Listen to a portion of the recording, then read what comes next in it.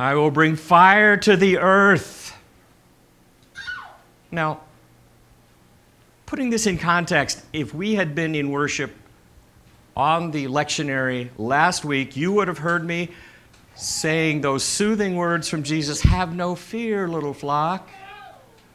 But somehow we have the flip side Jesus today. Sorry. Somebody pinching you, Raiden? Is Grandma pinching you?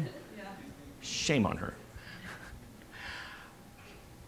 And on the surface, it's like, oh, no, wait, no. When Jesus was born, the angels were singing, "Peace on earth." We want peace. We want that nice, peaceful, loving Jesus. And it's not that we haven't been getting it here through the book of Luke. We have. But we have to remember something about this. We want peace, not division, especially in our current environment where we're kind of surrounded by lots of division. But what Jesus means by these words is important, and he's making a point. Because, when those angels announced peace on earth that night, as a pastor friend of mine once preached, they were not spoken as empty words. God's peace is not a sugar coating, like the sugar crystals on a cookie that makes everything look nice. God brings his peace by exposing things as they really are. Thank you, Pastor Don. So what realities in our lives might need to be exposed and changed by this fire? Because it would be easy to just say, no, we're tired of the fighting and the division, and just look away.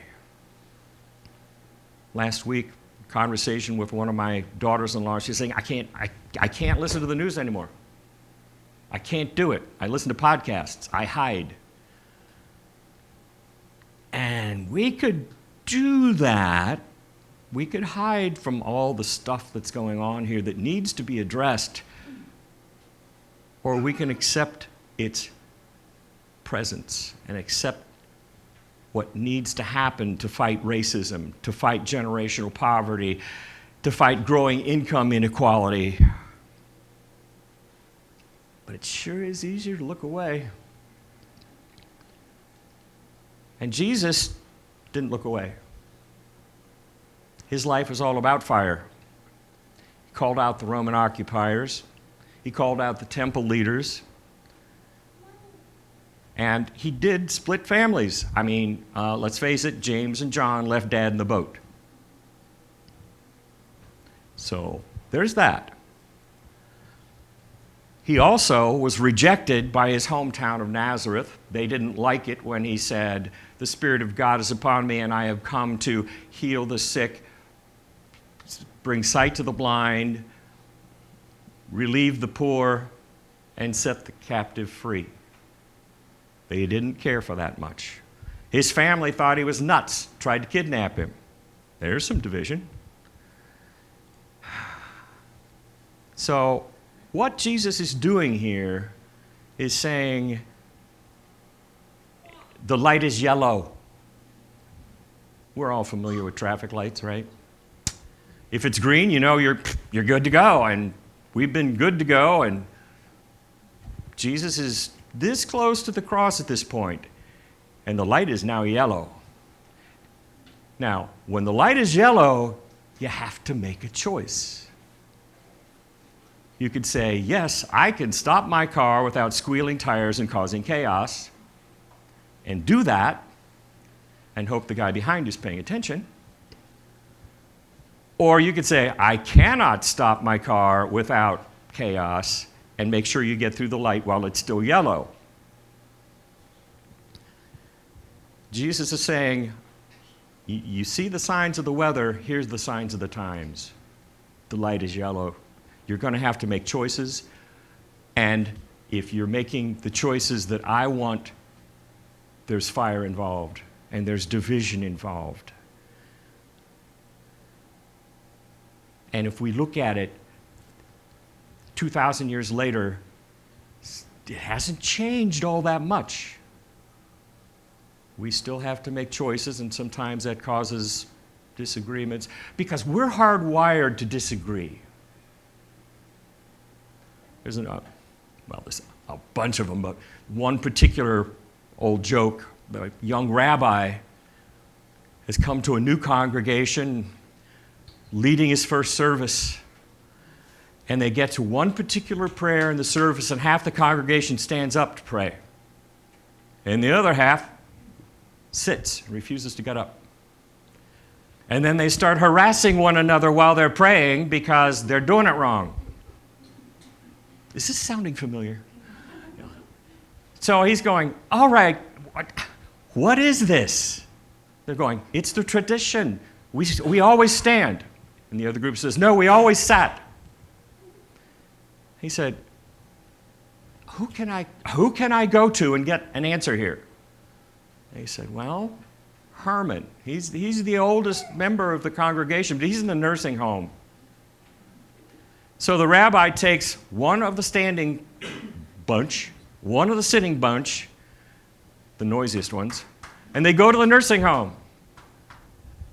And the standing leader says, so Herman, tell me, is it not the tradition that we stand during this prayer? No, that's not the tradition. And the sitting guy says, so it's the tradition that we sit during that prayer? No, that's not the tradition. And the poor young rabbi is saying, Herman, what? This side stands and yells at them because they're sitting, and they yell at them because they're standing. He says, that's the tradition. We're living the tradition, baby. But there's always going to be some disagreement, and there's always going to be resistance to change. If we wanted to imagine the kingdom of God struggle that we're in right now that is so big that we can't imagine it, I would invite you to consider the years between 65 and 75. Last century, not this one, because it'd be hard to imagine. Height of anti-war fervor, the height of civil rights development, nonviolent protests being met with violent rejection of the protesters. We haven't gotten all that much past that. We haven't made enough improvement given that period. In the I can never remember the right name for it. It's the National Museum and Memorial for the Underground Railroad. And it's right on the river in Cincinnati. And it's a great place, by the way. Lots of interesting quotes around, and one in particular that I already had heard, and it was just nice to see it there. It's from Frederick Douglass. And he says, there is no struggle, if there is no struggle, there is no progress. Those who profess to favor freedom and yet depreciate agitation, they want crops without plowing up the ground. They want rain without thunder and lightning. They want the ocean without the roar of many waters. Power concedes nothing without a demand. It never did, and it never will. We like to imagine that our Christian life solves problems and that we can live a peaceful, loving, forgiving life. And that's true. But as Jesus' life, as he walked this earth, shows, it's not going to be true all the time. There will be disagreements, and there will be the stress and resistance to change. As I said, a lot of stuff hasn't changed in spite of his best efforts. Because evil systems that oppress people because of their religion or their gender or their race or their weakness need to change, but they won't on their own. In his time, that's what Jesus encountered. That's what Jesus fought against with his message of hope, mercy, and forgiveness, that all people could live together in peace under this kingdom that had come near.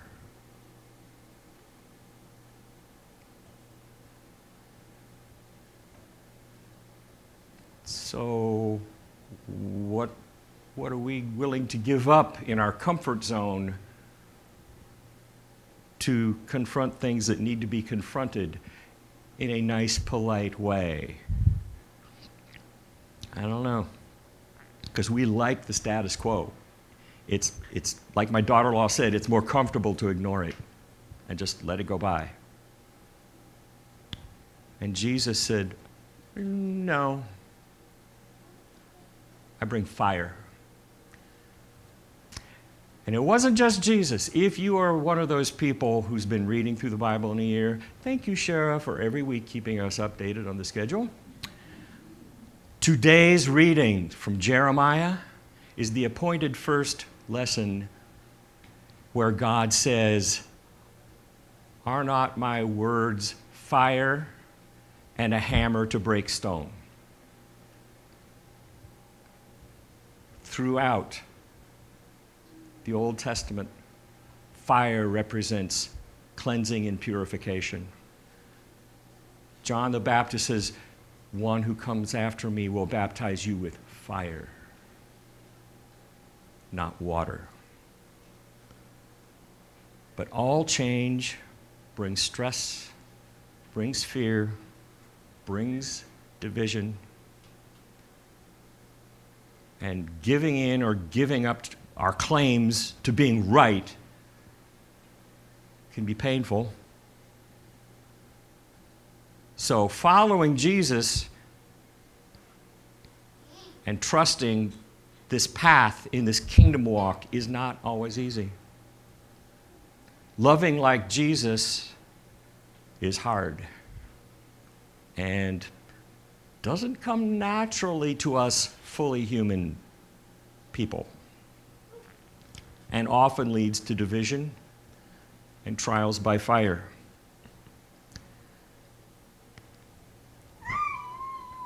Royal wedding a couple of years ago. Make no mistake, I did not sit through the whole thing. I'm sorry, I couldn't do it. My wife did, but I couldn't.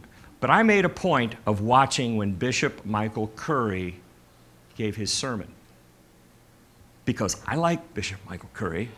I like the way he thinks. But near the end of his sermon, he's talking about fire, and he's referencing a French Jesuit Catholic priest and scientist and scholar and mystic whose name is Pierre Teilhard de Chardin. And in his writings, Desjardins said that both from his scientific background as well as theological one, that discovery or invention or harnessing, however you want to describe it, of fire was one of the great scientific and technological discoveries of all human history. To a great extent, it made human civilization possible. It made it possible to cook food, to provide sanitary ways of eating, to reduce the spread of disease. It made it possible to heat warm environments so that human migration could continue into colder climates.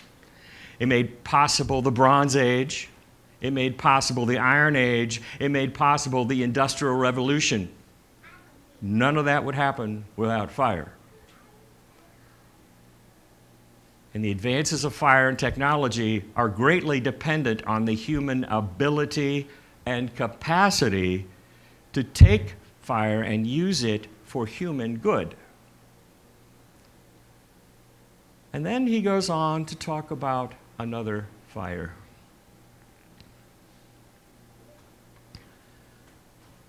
And it says, if humanity ever harnesses the energy of fire again, if humanity ever captures the energy of love, it will be the second time in history that we have discovered fire. Because that is the fire that Jesus is building on.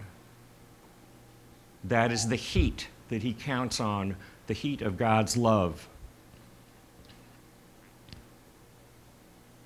In our baptisms, we are drowned in the waters of change. We're plunged into Jesus' own baptism of fire. We share that as well.